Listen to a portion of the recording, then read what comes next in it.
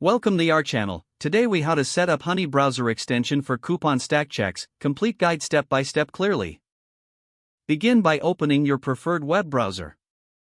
Navigate to the official Honey website. Once there, look for the option to download the browser extension. Click on the download button that corresponds to your browser. After a few moments, the Honey extension download will initiate. Locate the downloaded file in your browser's download bar or designated folder. Click on the downloaded file to start the installation process.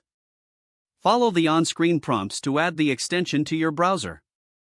After installation, you should see the Honey logo in your browser's toolbar.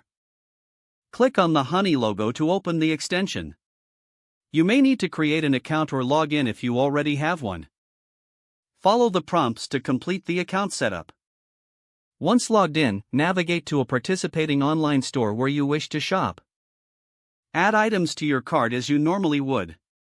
Proceed to the checkout page after selecting your items. On the checkout page, look for the Honey extension icon in your toolbar. Click on the Honey icon to activate coupon checks.